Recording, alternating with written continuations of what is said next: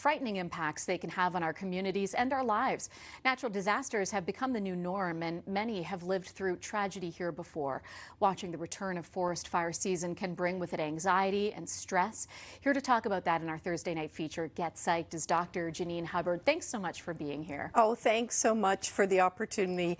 Yeah, I think I was like a lot of people and kind of did a big nervous reaction when we saw the news earlier this week.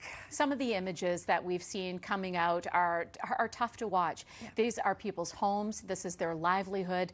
There's a lesson in here for us on things like brush burning and being mindful, but there's also a conversation around how to process this stuff when tragedy strikes so close to home. Oh, there's no question. And what we sort of see is the immediate, the short term, and then the longer term impact.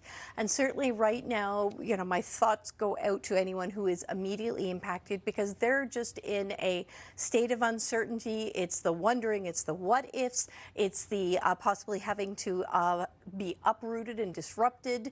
And right now, the main concern is, fortunately, it sounds like everybody's safe, which is always the primary concern. And then there will be the immediate aftermath, so that while we may see some heightened stress from people immediately impacted, oftentimes those impacts hit later on.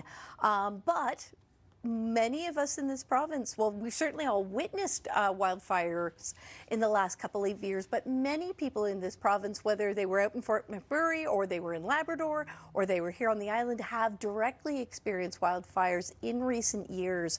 And so it's very understandable that seeing these images and seeing the start of the season and the start of the unknown is likely to cause some mental distress and some triggers.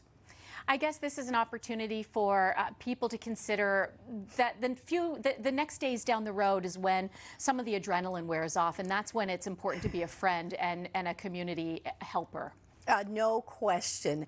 Like I said, we expect those very immediate impacts, the increased anxiety, difficulty sleeping, some hypervigilance around watching the news or, smelling the air. And if you smell smoke, that can sometimes be a real trigger for many people. Interesting, because they've actually started doing some research that shows they're still seeing some of the symptoms and impact of natural disasters, such as wildfires, up to a year later in people who've been directly impacted. So we want to, be mindful and make sure people are taking care of themselves. A good message to remember. Thanks so much for being here once again this evening, Dr. Janine Hubbard, and we look forward to chatting with you next week. Thanks, Jody. The first American